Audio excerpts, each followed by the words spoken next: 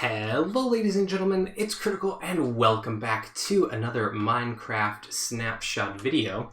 This week we're looking at 21W05A, which adds in all of the new decorative blocks that we're going to be seeing appear in the lush cave biomes once those are actually added in. And man, I think this might actually be my favorite one so far.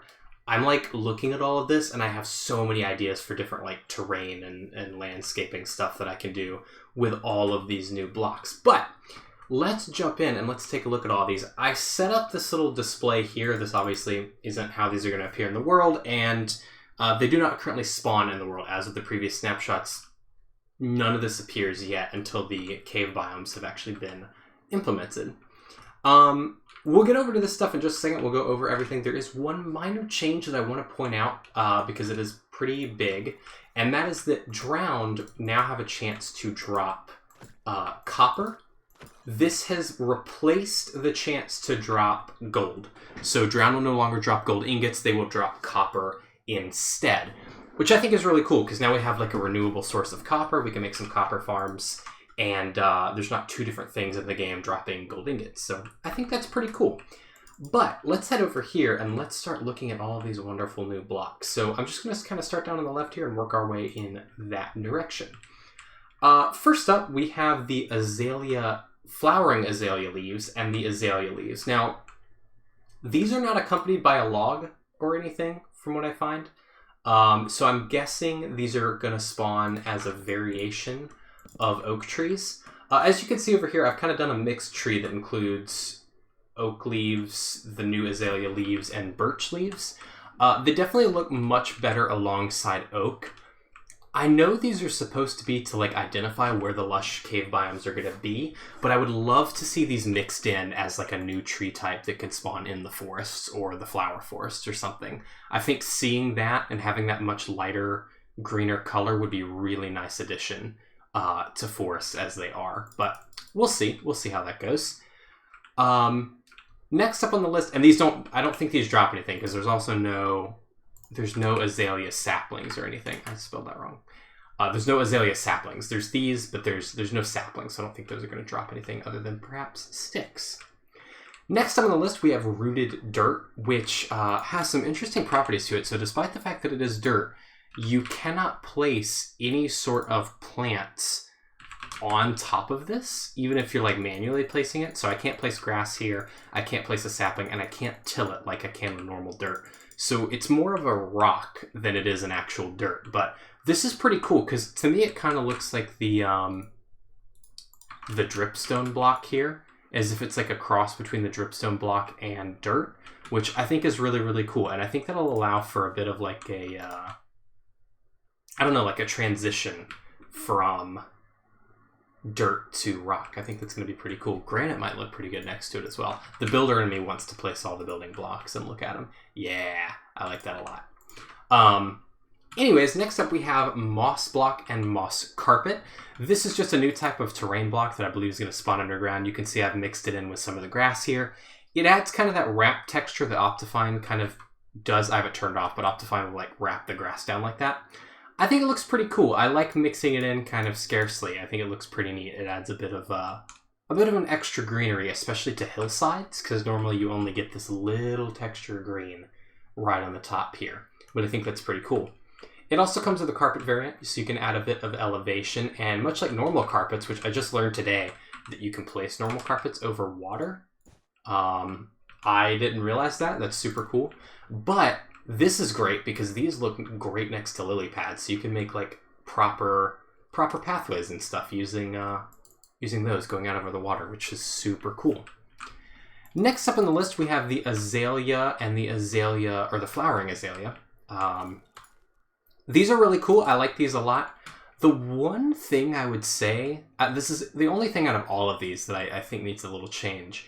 I think if they cut this 1 pixel out and indented it so that there was like a blank space right here, I think these would look a lot cooler because it would give the slightest rounded edge. Right now it looks a little strange, especially with how low the leaves hang. It's very hard to tell that it's not just a normal block, especially if you're higher up. It just looks like a block, almost like a melon block too. Very cool, though. I like the concept, but I wish there was just a slight bit of roundedness to it.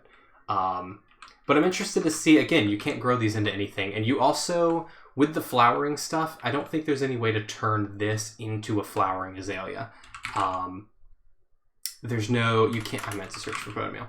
You can't bone meal these or anything to get the other version of that. So whichever one you find is whichever one you are going to get. Next up, we have the drip leaves. Now, there's small drip leaves and big drip leaves.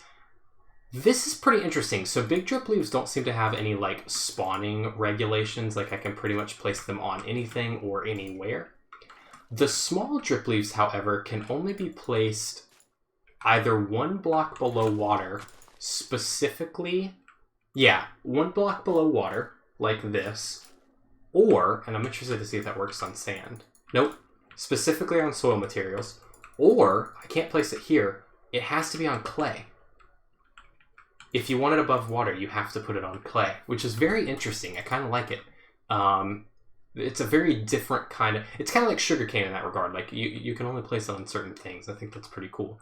The small drip leaves don't seem to have any special mechanics, but the big drip leaf, of course, has the falling mechanic. So if you stand on this for a couple of seconds... Let me let it go back up. Oh, hold on. If I fall and then I crouch and it goes back up, yo, that is super cool.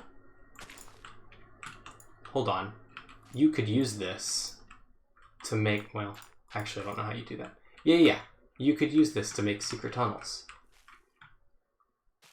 You fall in, you crouch, and then bam, you're in, and now I can't get out. I've made a mistake. That's super cool. I didn't realize it did that. I just found that out as we were recording here. That's super neat. Next up on the list, we have the Spore Blossom. The Spore Blossom, the glowberries, and the hanging roots. What the? Oh, there's a fish. All of these things will be placed on the underside of blocks. They can't be placed on the sides or the ground or anything along those lines. They have to be placed hanging.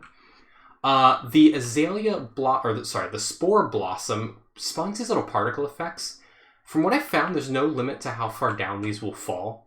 Like if I jump down here, and we follow these ones down, they'll go forever once they've spawned.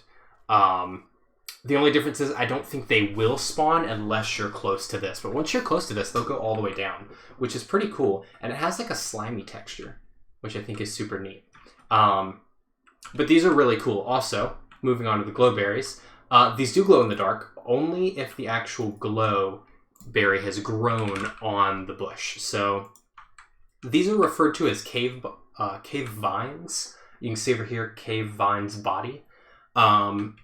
And then we have the berries, which is super cool. And yet another way to light up caves. And this one, the light level actually does stop mob spawning. So you can see if I'm standing here, the light level is 13 at our current location. Whereas the previous light source that they added last snapshot doesn't light up anything enough to actually prevent spawns. It's just kind of a decorative thing. Also, that overlay to top that dirt texture is really cool. I like that. So that's pretty cool. Yet another way to light up caves. I'm excited about that. And of course, last but not least, the hanging roots. And these are going to, I assume, spawn underneath the hanging blocks here, or sorry, the root blocks here, to signify where the lush caves are. And these are pretty cool as well. They're very similar to coral. If I go get I'll grab a coral real quick. We'll grab we'll grab the pink one because that one looks the most similar. They're very similar in their level of chaos. I can't place that there. Why can't I place that there? Oh, I grabbed the wrong one. There's multiple corals, aren't there? Yeah, I need this one. Oh, you can't place any coral upside down. I didn't realize that. I thought you could place them on any surface. Well, learning new things every day.